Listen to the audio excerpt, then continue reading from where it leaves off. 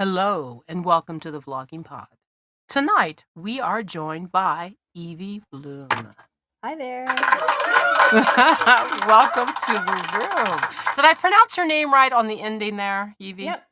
Evie Blum. Awesome. Fantastic. I, as usual, now I'm going to set my timer. So if you hear a buzz, if I don't catch it before the end of our interview, please excuse my timer. It gets really loud. It's a Okay. 20-minute timer, so we're going to start that right now. If we go over 20 minutes, it's okay. It's all right. But I would love to start off with something a little off base. It goes right into everything, but I love to do research on you. So I dig up everything I can find. Are you scared? Or are you excited? Oh, I'm scared. I don't know. What have you found about me? Nothing horrifying, I Nothing too promise. salacious. Okay, great. No. The only thing that you have it free on the internet for me to look at. I'd like to start off with, I heard you state that you listen to music for different scenes. So Yeah. I would love to know how that works. Tell me the music that inspires the scenes you visualize, because I also heard, and this is very unique, you have Mhm. the ability to vividly visualize your stories. So tell me about how all that works. Yeah. I think so. I think it started out. Okay, so as a reader, I'm one of these people who's very lucky that I can visualize things as I'm reading. And I've been a reader since I don't know what age 5 or whatever. And Mhm. um, and when I began writing fiction, now for many years I wrote things for work or academic things, and so it was a little bit less relevant for those types of things. But when it came to fiction, it was almost as if I could see this movie playing in my head, and I was like, okay, so what's the soundtrack for this movie or this scene? So I began to just think, like, what is the kind of mood I want to create with certain scenes? So um, gosh, I guess it's just that I would listen to music, and then, okay, is it a calm scene? Is it an exciting scene? Is it like a very spicy scene? Something like, what would I want to listen to if I was doing something in this scene? Mhm. And just put it on. I mean, it's the type of thing that oftentimes I'll start listening to something, and if there are too many lyrics, I'll have to like turn it down or turn it off completely. But it definitely helps me immerse myself in like sort of this image in my head, this place that I've created, and just like really, pump out the words. Now, I find that interesting. Would I be snooping too deep to ask what you play on intimate scenes? No, it's perfectly fine. Okay, so I'll tell you my favorite artist, and I was so lucky that I actually got to see him perform this year in Oakland, is Vance Joy. He's an Australian indie uh, rock, I guess, Mhm. musician. And I mean, I always say, like, this guy, his music is made for love, for romance, for spice. I mean, it's just so heartfelt. So that's more of like an emotional side of things. For the little bit more spicy. There's this one song called "Sexual Vibe" by Stephen Puth. I mean, that is Oh. like it's like on my if I unlock that achievement one day to like make out to that song with then I'll consider myself lucky. Some of I'm these guys, actually these women. writing that I'm actually writing that name down because now I'm really curious. Oh sure, just go visit my website. I got my playlist there. It's all set up for you. Awesome. Actually, I have your website up, actually, and I will have to now look a little deeper here. Yeah. That's awesome. I'm gonna tell you, you're gonna be mortified. When Oh good. I write when I know you're getting all like, "Oh, no, please." Um, when I write my more intimate scenes, the Mhm. hotter things, you know what I listen to? Please tell me it's like polka music or something because that would just be No. amazing. No. It's Christmas music. Okay. I Okay. know, That's I know. fine. Well, I don't know what it is, but I play Christmas music in the background. You I know, the know Christmas is a instrumental. very romantic holiday. I mean, look at all the Christmas romances that come out each year. I mean, yeah. It is, but I just love the instrumental. I love Yeah. to ask Alexa to just play it, and Mhm. then hold on, I'm making sure nothing's turning on in here because once I say her name. Yeah, seriously. But anyways, I don't know what it is. I Yeah. just love the instrumental Yeah. Christmas music as Well, far when as I that go for goes. like a little bit like songs that have a few fewer lyrics and just more like instruments. I go with like Glass Animals because they have like just a lot of like heavy beats and like a lot of music, but not too heavy on the words. And that's kind of the direction I go. I mean, I'm Jewish, so I'm not gonna like tend towards the Christmas music, but I'm looking at your music list as we speak. I'm on your page. awesome. So, well, I think it's awesome. I love having you guys's. I love having the people that are on my show, your websites and everything. I have 3 computers going in here, so I love having access to all your stuff at my You're a good fingertips so I can. multitasker. Yeah, well, I don't know if I'm good at it, but I try to fluff my way through it. So, how would you say your personal and professional development plays out in the creation of your characters? Okay, so in the case of Ship It, which is my first novel, Mhm.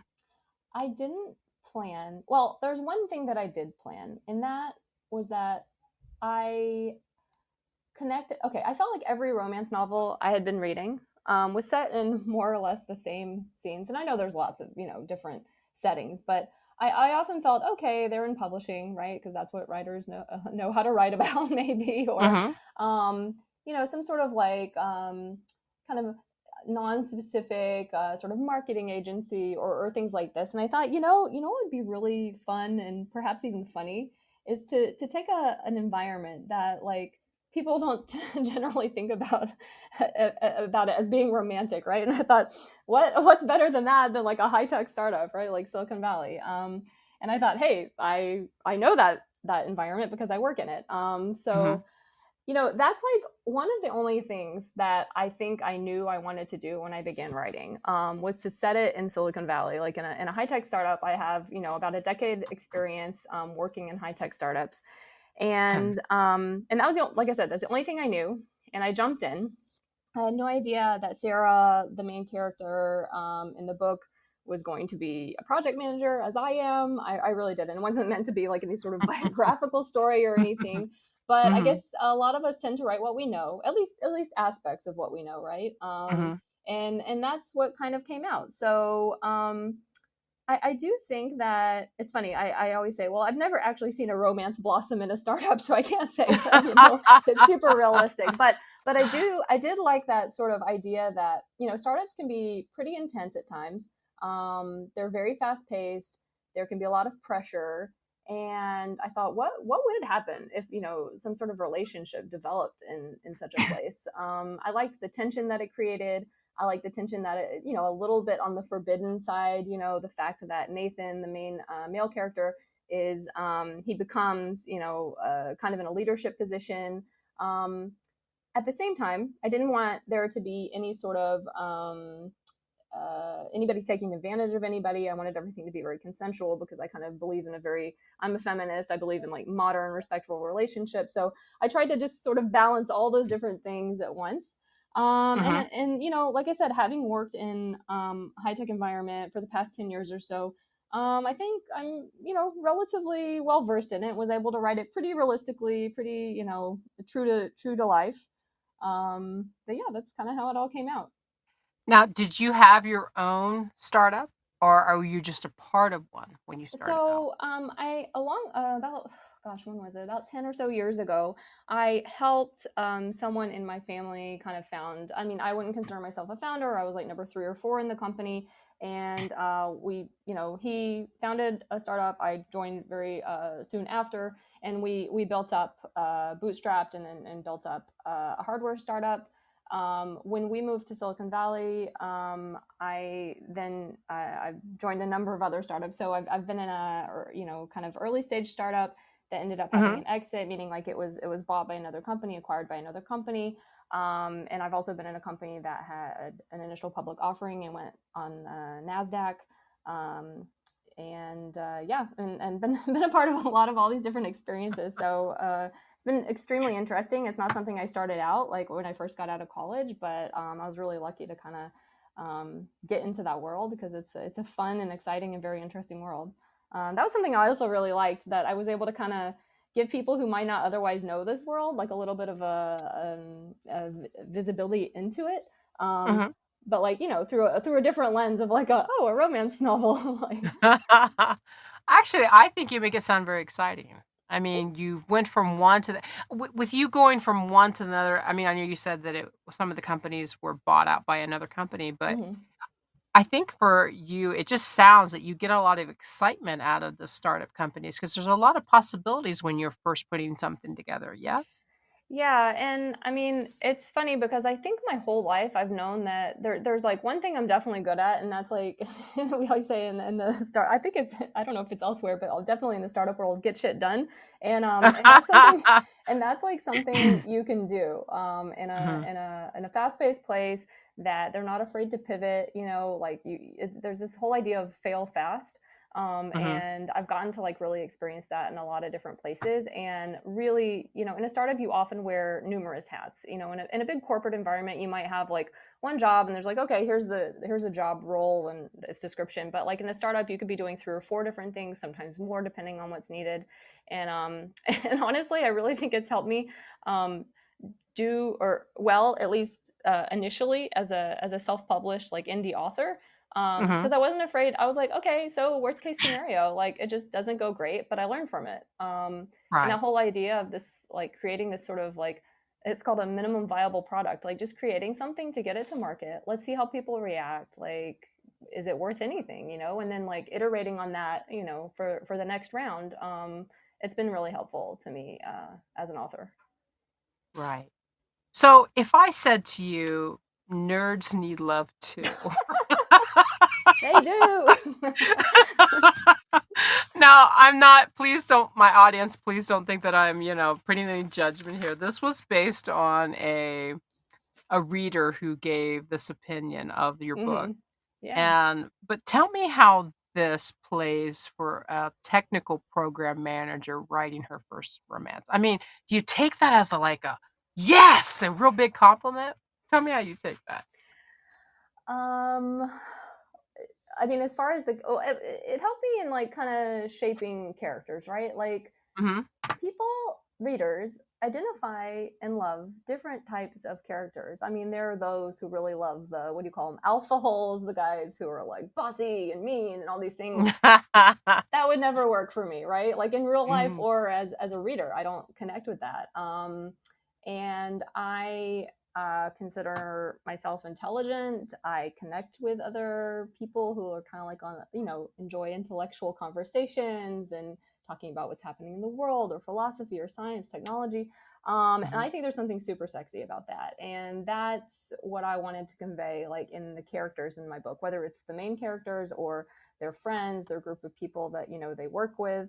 I think there's something really awesome about it. And, um, in many cases, like here in Silicon Valley, these are people who are like changing the world with technology. And I think Oh, yes. it's super Yes. awesome. So it's like, why not highlight that, Um, I think there are a lot of I mean, I know that romance is what, like 98% women readers. I think there are a lot of women out there who like really can admire a main male character like that, and will Yeah. also connect with strong female character who kind of like knows what she wants, who's smart, not afraid to share that.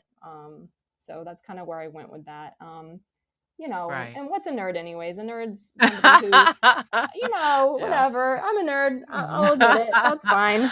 Well, you could be a nerd of everything. It doesn't have to be a technology. You can be a nerd as Sure. far as like supernatural stuff. You can be, Yeah. to me, I see a nerd as someone who is totally invested in something. That's what really like, what? We're gonna do what? Sci-fi? I'm Yeah. in. That could be a Yeah. sci-fi nerd. You don't have to just be a tech nerd. You could be a Totally. romance nerd. I completely agree, and I think it's great when people are passionate about something that they connect with. It's an opportunity to make friends, create communities, just and like have a good time, So I'm all for it. Right. Now, in the beginning, you slightly mentioned your book, which we were talking about today, Yeah. is called Ship It. Now, Hmm. as you can notice in the title of my thing, I put romance pitch, and we're going to get to that. So, because that's a little prelude. Hmm. Um, you probably know more than I do. But So let's dive a little deeper into Yeah. Ship It. Let's Hmm. talk about this book. Tell me about its storyline and its creation. Yeah. So, okay, I'll jump to the end before I jump to the beginning, and I'm not in a spoiler kind of way, but meaning like so ship it. The title, it has kind of a double meaning, and I have to Mhm, credit my husband with helping me out with this one. So, when you're doing software development, like let's say you're developing a feature or some sort of product, when it's ready to go, like people often say, okay, let's ship it, like the same way you would with any sort of like old school type of product that it's ready to go, you package it, you ship it, right?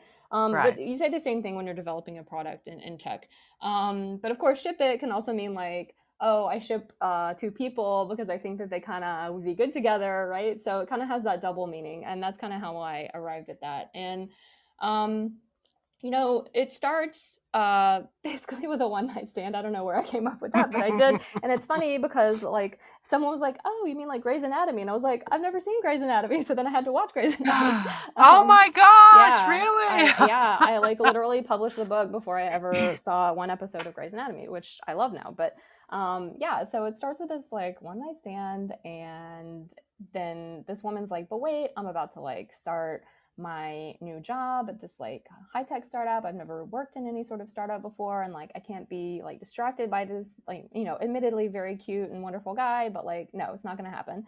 So she just Mhm. like escapes into the morning, and she thinks she's done and she's going to start her job. Well, as as things happen in these romance books with these tropes, who do they run into at work? But the person that they had this one night stand with. So yeah, and because of his like new leadership position, he's like, oh man, like I really can't pursue this, right?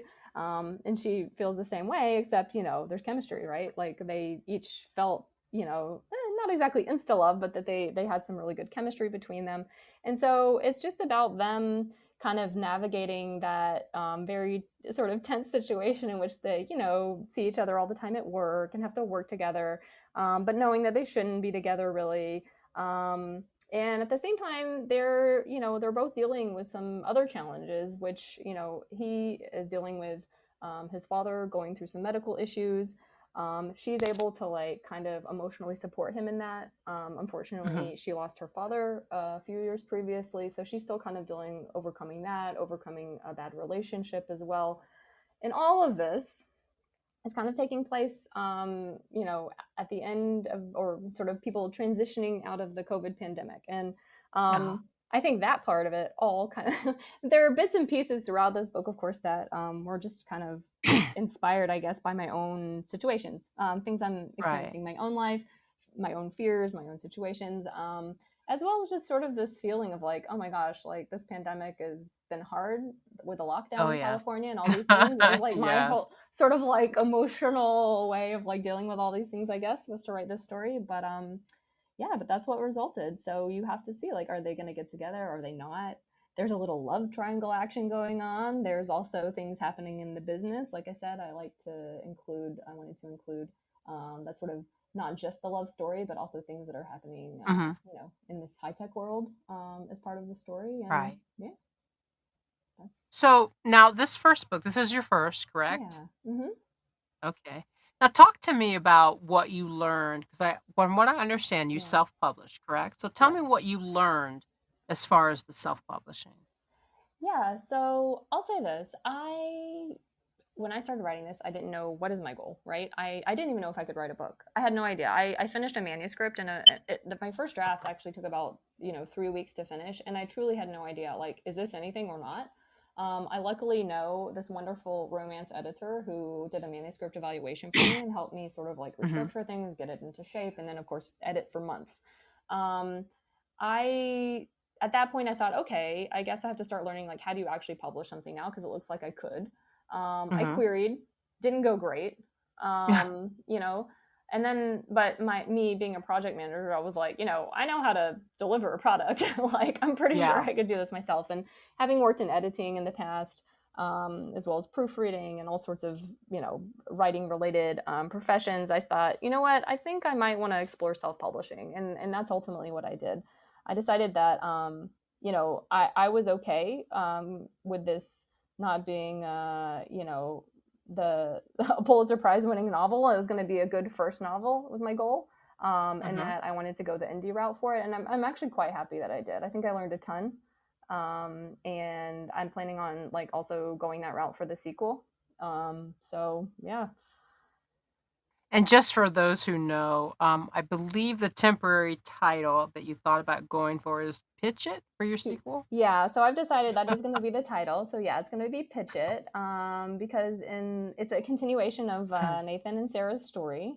Mhm. Lots of intrigue happening. Don't think that things are going to go smoothly, but lots of things happening, and ultimately they both end up doing a pitch, meaning like a sort of presentation. To sell or convince some people to do what they want them to do. So that's how I came up with that. And that one also has a double meaning, which is like, hey, is their relationship going to be something that lasts or something that they're going to have to like kind of toss out or pitch? Um, Right. yeah. Well, that's hence why I chose the title of the room today, which is Romance Yeah. Pitch with Evie Bloom. I like it. Well, I try. Now, when you talk about, I just want our readers, I mean, I'm not sorry, my listeners, not just readers, listen to this. You have 634 reviews on Amazon. Did you know that? No. Yes. Really? Yes, you do. You have, from what I'm looking at here on Amazon, this is why I don't believe that your fan base is going to have a problem. I see. Well, I'm seeing 634 down here. Down here, I'm seeing that could be just on the You've just made my other. day, Ari. Well, I hope. Well, yeah. So you have 82 ratings, but over 600 reviews of what I've seen. Now, I don't know if that's in combination of both of the books, as far as like the versions. But Uh-huh. I mean, and even in your reviews, you're over 5 stars. I mean, you're like, and that's awesome. Do you know how rare that is for something to come out and then you hit that good? That says something about how awesome your writing skill is. So I congratulate you Oh, well, wholeheartedly. thank you. Thank you very much. I'll say this. I can tell I've improved as a writer even, since my first book. I hope that my second book is going to be better. I've really learned a ton. And I just trying to learn, like I said, all the time, do better. It took me a long time to actually even succeed in writing a fiction manuscript. Like I said, I'd written for a lot of different purposes and professions in the past. So this was kind of a big gamble for me. It's very hard. I mean, to put yourself out there and just be like, Oh yeah. okay, world, judge me. So, Oh yeah. um, I'll be honest with you, when I started writing, I'm not the typical author, so I wouldn't take any advice from me whatsoever. No, I'm serious. I'm serious. I am a little unorthodox, and that's one of my quirks. But I write what I want to read. yeah, So that's yeah, how I base what I do. I write what I want to read. And if sure. someone else likes it, and then I'm like, "Oh yeah, all right. You like my stuff."